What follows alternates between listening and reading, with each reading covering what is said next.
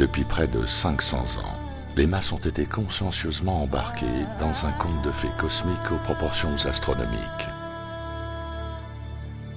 On nous a nourris d'une tromperie si gigantesque et si diabolique qu'elle nous a aveuglés et privés de notre ressenti et de notre sens commun, nous empêchant de voir le monde et l'univers tels qu'ils sont réellement. Par le truchement des programmes et des manuels de pseudosciences, des médias de masse et de l'éducation civile, des universités de la propagande officielle, le monde a été systématiquement conditionné, lentement endoctriné, à travers les siècles, pour adhérer sans condition au plus gros mensonge de tous les temps. Il est évident que la Terre est un plan, et ils disent pourtant qu'elle a une courbe.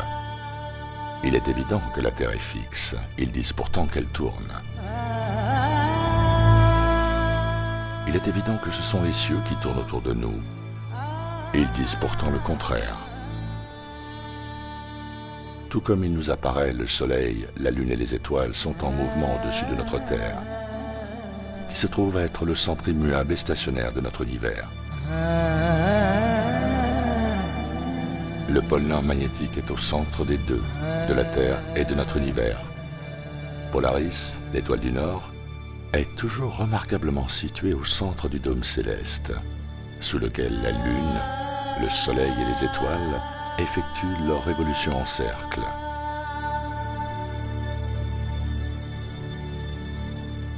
Les missions lunaires, les voyages sur Mars sont et n'ont toujours été que des canulars mis en scène et filmés par les francs-maçons ici sur Terre.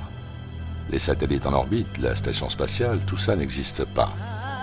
Toutes les images vidéo, les photographies produites par la NASA, par Hubble ou d'autres sources officielles sont toutes des images générées par ordinateur.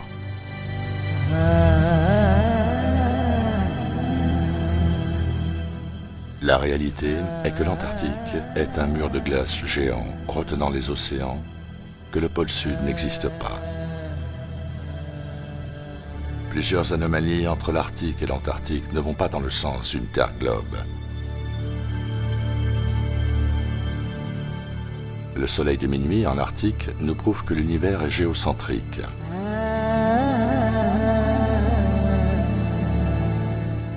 La réalité est la divine égalité du soleil et de la lune en frontières opposées, faite pour réguler les saisons, éclairer la terre et séparer le jour de la nuit. La lune n'est pas un réflecteur de lumière solaire. Il en émane une lumière unique que l'on peut démontrer et qui lui est propre.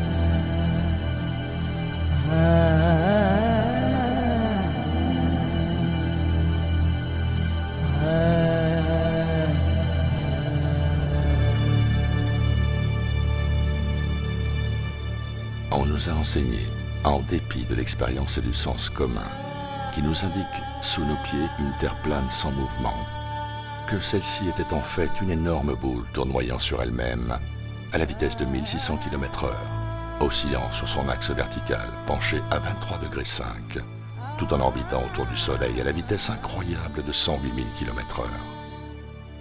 À l'intérieur d'un système solaire virevoltant lui-même à l'hallucinante allure de 805 000 km/h autour de la Voie lactée,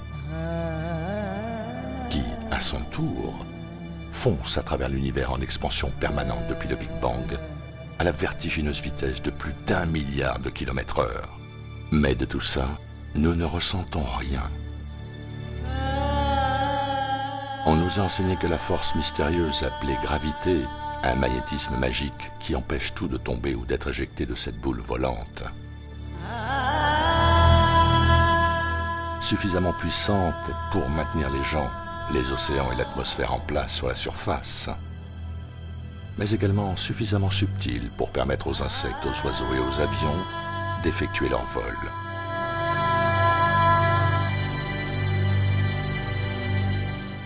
La réalité est que notre univers fut intelligemment conçu par une force créatrice, avec un objectif, une intention, certainement pas due au hasard, résultant d'un inexplicable accident cosmique. La réalité est que la vie, la conscience, l'incroyable beauté, diversité et complexité de la nature sont le résultat d'une création divine.